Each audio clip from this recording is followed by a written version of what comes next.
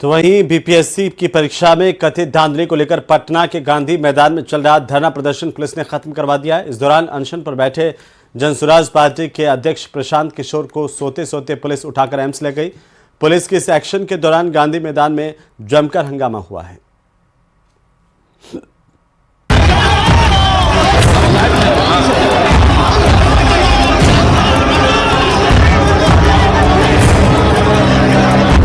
पटना में अनशन पर एक्शन।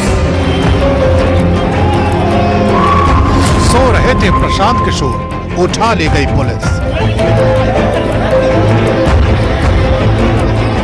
गांधी मैदान में जमकर हुआ हंगामा।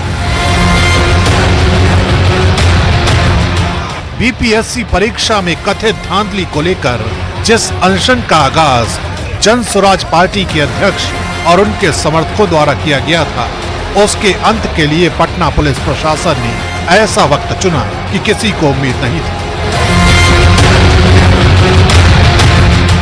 सुबह करीब 4 बजे के आसपास पटना पुलिस गांधी मैदान पहुंच गई और कड़ाके की सर्दी में रजाई तानकर सोए प्रशांत किशोर को अपने साथ उठाकर ले गए।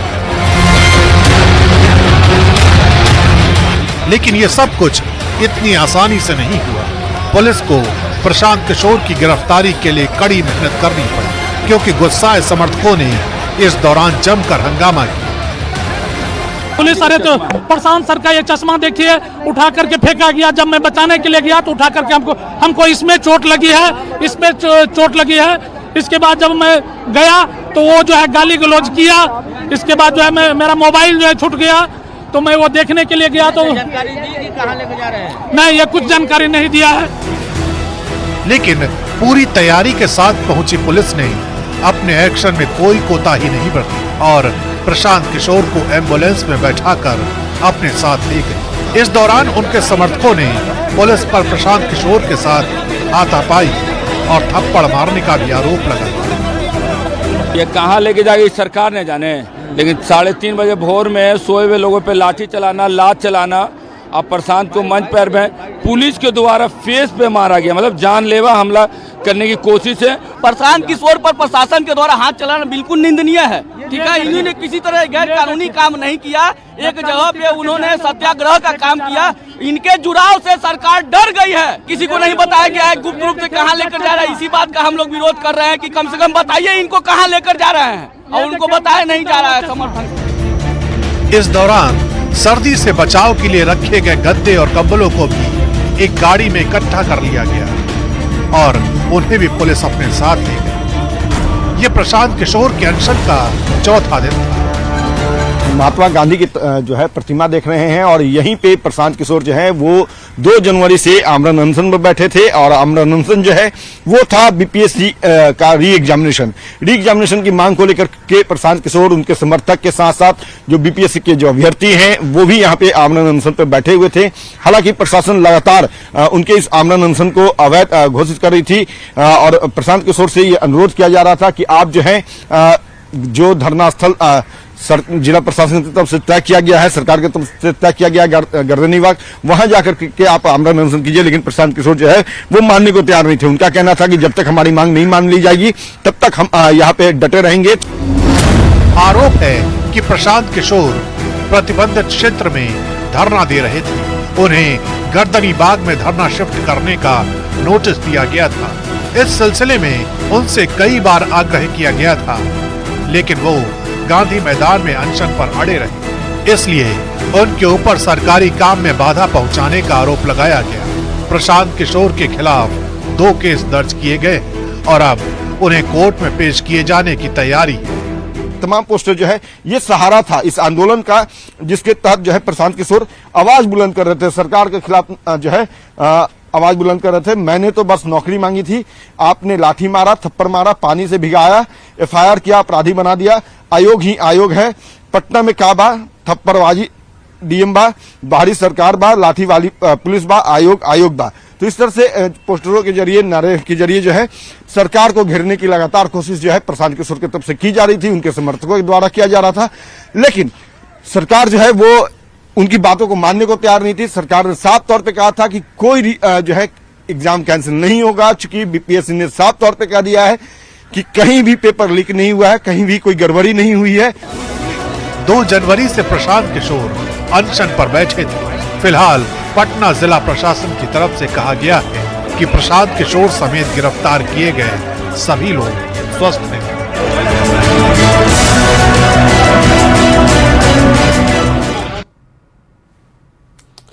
और इसी बीच छत्तीसगढ़ के बीजापुर से बड़ी खबर मिल रही है, जहां नक्सलियों का बड़ा हमला हुआ है। नक्सलियों ने पुलिस की गाड़ी को आईईडी से उड़ा दिया। छत्तीसगढ़ के बीजापुर में 9 जवानों के शहीद होने की खबर आ रही है।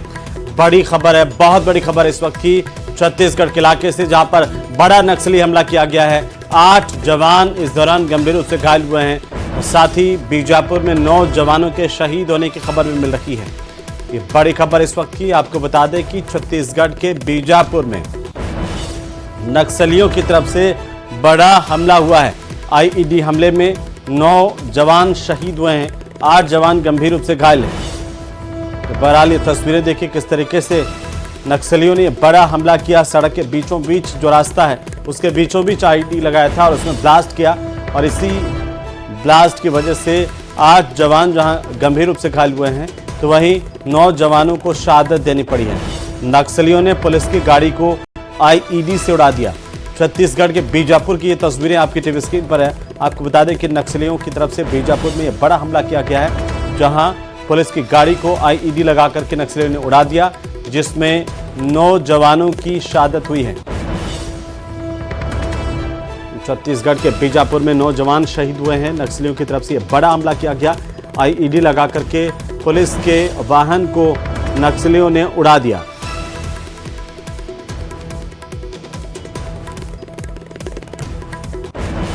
और नक्सलियों के इस हमले में 9 जवानों के शहीद होने की जानकारी है। वह साथ ही 8 जवान अभी भी गंभीर रूप से घायल हैं, जिन्हें अस्पताल ले जाया गया है। उनका प्रारंभिक इलाज शुरू किया गया है। और इससे बीच राजधानी जयपुर से बड़ी खबर, जहां बीजेपी जिलाध्यक्षों के ऐलान का काउंटडाउन शुरू हो गया है। मदन राठौड़ ने सीएम भजनलाल से मुलाकात की है। भारतीय जनता पार्टी के प्रदेशाध्यक्ष मदन राठौड़ ने मुख्यमंत्री भजनलाल से मुलाकात की है। संगठन चुनाव प्रदेश संयोजक नारायण पंचारिया भी यहां पर इस दौरान मुलाकात में मौजूद रहे। जिला अध्यक्षों के नामों को अंतिम रूप देने पर चर्चा की जा रही है। जिला अध्यक्षों के नामों का ऐलान अब कभी भी हो सकता है। इसका काउंटडाउन अब शुरू हो गया, क्योंकि लगातार अब संगठन के चुनाव पर बीजेपी का फोकस है, और इसी को लेकर के प्रदेशाध्यक्ष मदन राठौड़ ने मुलाकात की मुख्यमंत्री से। तो आखिरकार कोरोना महामारी को भला कौन भूल सकता है, जिसने पूरी दुनिया को हिला दिया था, और चीन में अब एक और वायरस की दस्तक का दावा है, और यह भी कहा जा रहा है कि यह वायरस भारत पहुंच चुका है। रिपोर्ट देखिए।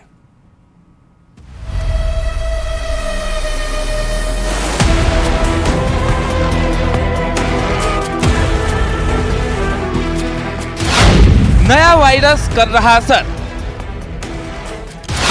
फिर उठी कोरोना जैसी तबाही की लहर।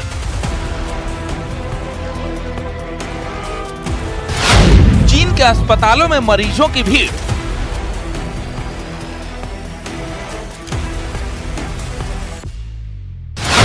क्या दुनिया में आने वाली है बीमारी गंभीर? कोरोना को आए करीब 5 साल हो गए हैं, लेकिन अभी इसका खौफ बरकरार है। दूसरी ओर चीन में फिर से नए वायरस की आमद हुई है। इस रहस्यमय वायरस का नाम है HMPV यानी ह्यूमन मेटानिमो वायरस। सोशल मीडिया पर चीन में बढ़ रहे वायरस के बारे में पोस्ट की बाढ़ आई हुई है। सोशल मीडिया पर लोग बता रहे हैं कि चीन फिर एक बार इस वायरस के कारण हो रहे जानमाल के नुकसान को छुपा रहा है और असल बात नहीं बता रहा है। आखिर क्या है ये वायरस और कैसे लोगों पर कर रहा है अटैक? ह्यूमन मेटानिमो वायरस, जिसे HMPV के छोटे नाम से भी जाना जाता है, इंसानों की श्वसन प्रक्रिया पर प्रभाव डालने वाला वायरस है। श्वसन संबंधी अन्य वायरस की तरह ये भी संक्रमित लोगों के खांसने छींकने के दौरान उनके करीब रहने से फैलता है। ये मुख्य तौर पर बच्चों पर असर डालता है, हालांकि कमजोर प्रतिरोधक क्षमता वाले लोगों और बुजुर्गों पर भी इसका प्रभाव दर्ज किया गया है। इस वायरस की वजह से लोगों को सर्दी, खांसी, बुखार, कफ की शिकायत हो सकती है। ज्यादा गंभीर मामलों में गला और श्वास नली के जाम होने से लोगों के मुंह से सीटी जैसी खरखराहट भी सुनी जा सकती है। करें तो उसी तरह के लक्षण होते हैं जैसे कॉमन कोल्ड के अंदर होते हैं, जैसे कफ का होना, कोल्ड का होना, सोर थ्रोट होना, बुखार होना। और इसके फैलने की बात करें, ट्रांसमिशन की बात करें तो क्योंकि ये भी एक ड्रॉपलेट इन्फेक्शन है, तो अगर कोई संक्रमित व्यक्ति है तो दूसरे को वो संक्रमण दे सकता है। मतलब ये वायरस खास तौर पर बच्चों पर अटैक करता है, खासकर उन बच्चों पर जिन्हें न्यूमोनिया जैसी बीमारी है। सर्दी के मौसम में वायरस तेजी से फैलता है, इसलिए बच्चों की सेहत पर विशेष ध्यान रखना जरूरी है।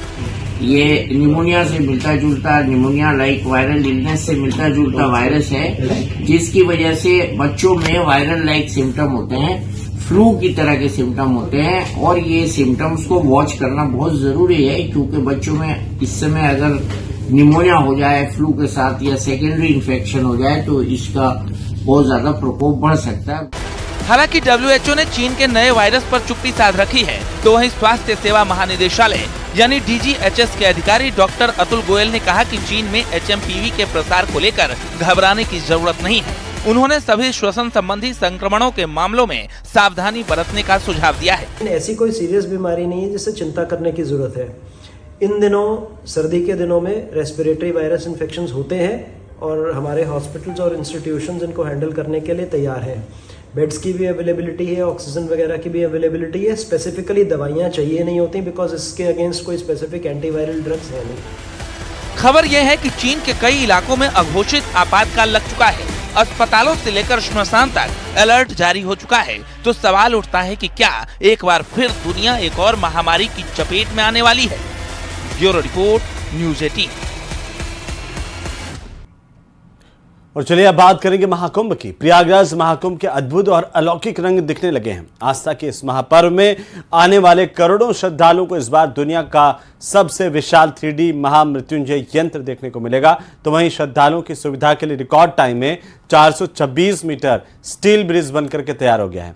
उत्तर मध्य रेलवे की ओर से OPD सेवा की शुरुआत की जा रही है। तो कालीन नगरी भदोही के कैदियों का हुनर इस बार महाकुंभ की शोभा बढ़ाने के लिए तैयार है।